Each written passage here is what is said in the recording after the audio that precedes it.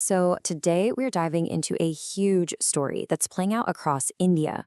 It's all about technology, yeah, but it's also about the future of farming and just a staggering level of national ambition. It all starts with a vision that honestly sounds like it's straight out of science fiction, but it's happening right now. It all kicks off with this simple but kinda audacious idea building India's airports, but not for airplanes, for drones. And no, this isn't some concept for 20 years from now. It's a blueprint that's being put into action on the ground, designed to completely transform the country's backbone. But to really get why this is so huge, we have to start small. I mean, really small. We need to get our boots on the ground, so to speak, in a single farm, facing the same challenges farmers have dealt with for generations. Because let's be real, this isn't about just one farm. It's about trying to solve a problem for over 100 million farmers. I mean, how do you even begin to approach a challenge on that scale? Well, you start by really understanding the pain points. For decades, farmers have been up against it. You've got labor shortages, the massive cost and environmental hit from chemical waste, and just getting inconsistent crop coverage when you're spraying by hand. And that's before you even talk about trying to work on hilly terrain or how much time it all eats up. These are the exact problems that this new wave of technology is built to solve. Let's just put it side by side for a second. On one hand, you've got manual spraying. It's inconsistent, it's wasteful, and it is so slow. On the other hand, you have drone spraying. We're talking uniform, centimeter-level accuracy. That means you can cut down on chemical use by up to 40% and cover something like 15 acres in just an hour, no matter what the terrain looks like. I mean, the advantages are just crystal clear. And this is the hero of our story. This is the technology at the absolute heart of the solution, the VAIGO drone. It's basically a flying workhorse for farms, built for high performance. It uses something called RTK positioning, which is super advanced tech that lets it know exactly where it is, down to the centimeter, while it's flying. It's incredible. So, you've got this amazing piece of tech. Great. But how on earth do you make it accessible to a farmer in a remote village? You can't ask them to drive to the city. No, you bring the technology to them. And you do that with a village-level drone hub. It's called a Hail Center. That's for Hub for Agriculture and Logistics. And the key idea here, the really brilliant part, is empowerment. This is a local hub run by local entrepreneurs for their own community. It becomes the one-stop shop for a farmer, offering everything from drone rentals and sales to pilot training and even repairs. And what ties it all together? The HAL app. Think of it as the digital front door for the farmer.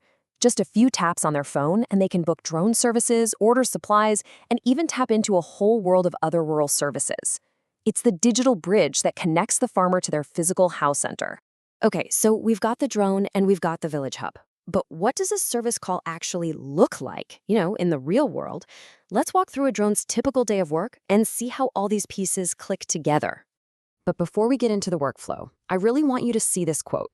It's from their operations manual, and it just perfectly captures how high stakes this whole operation is. There is zero room for error. The discipline, the constant maintenance, the professional execution. That's not just part of the service, it is the service. And you can see that discipline reflected in this incredibly meticulous 8-step workflow. It starts with something every farmer knows, a simple WhatsApp message. But the moment that message is sent, a highly structured process just kicks into gear. Every single step is logged in a central system, from the instant confirmation text to the pilot's pre-flight checks. And it all ends with the farmer giving a digital signature right there in the app. It's this perfect mix of village-level simplicity and enterprise-level precision. Now, we've been really focused on what's happening at the village level. But here's the crucial part. That Hail Center is just the beginning. It's the last mile of a much, much bigger and more sophisticated 3-tiered network. So here's how it all stacks up. At the most local village level, you have your HAL Center. You go one level up at the block headquarters and you'll find the VAIGO Center. This thing acts as a command hub for all the local HAL centers, and it's also where they do training. And then at the top, in every district headquarters, you have the Meghdev drone station. That is the full-scale airport for drones we talked about, with major repair workshops and a district-wide command center. So what connects these 3 tiers? A dedicated logistics network. These vans, all managed through that same central system, are basically the arteries of the entire ecosystem. They're constantly moving drones, spare parts, and expert pilots and technicians between the village, block, and district hubs. Okay, so let's complete that zoom out. We've seen the drone, we've seen the village hub, and now we've seen the three-tiered network. It's time to see the absolutely breathtaking national scale of this whole thing.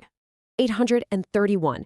That's the number. That is the total number of districts across all of India that this network is designed to cover. This isn't a small pilot project. This is a plan for the entire country. And this isn't some distant dream either. It is a concrete, carefully planned, phased national rollout. You can see how they've prioritized districts into different tiers, each with its own specific launch timeline. They're moving from launch now to high priority in a matter of months. This is happening fast. So how do you manage a fleet this huge in real time? Well, you build an operational nerve center.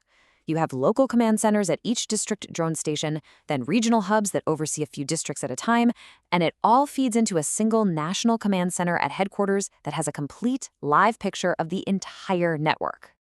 You know, this whole system, from that little house center in the village all the way up to the national command center, it's really about more than just spraying crops. It's about building the infrastructure that's needed to harvest a truly digital future for rural India. Think about it. Once you build this airport for drones in every single district, the applications are almost endless. Suddenly you're talking about last-mile delivery of medicines. You're talking about industrial inspections of power lines. You're talking about a powerful tool for search and rescue during disasters. It even opens up possibilities for local media and for monitoring the environment. The farm drone is really just the beginning. So we started this journey in a single farmer's field, and we ended up with a national network of data collecting drones.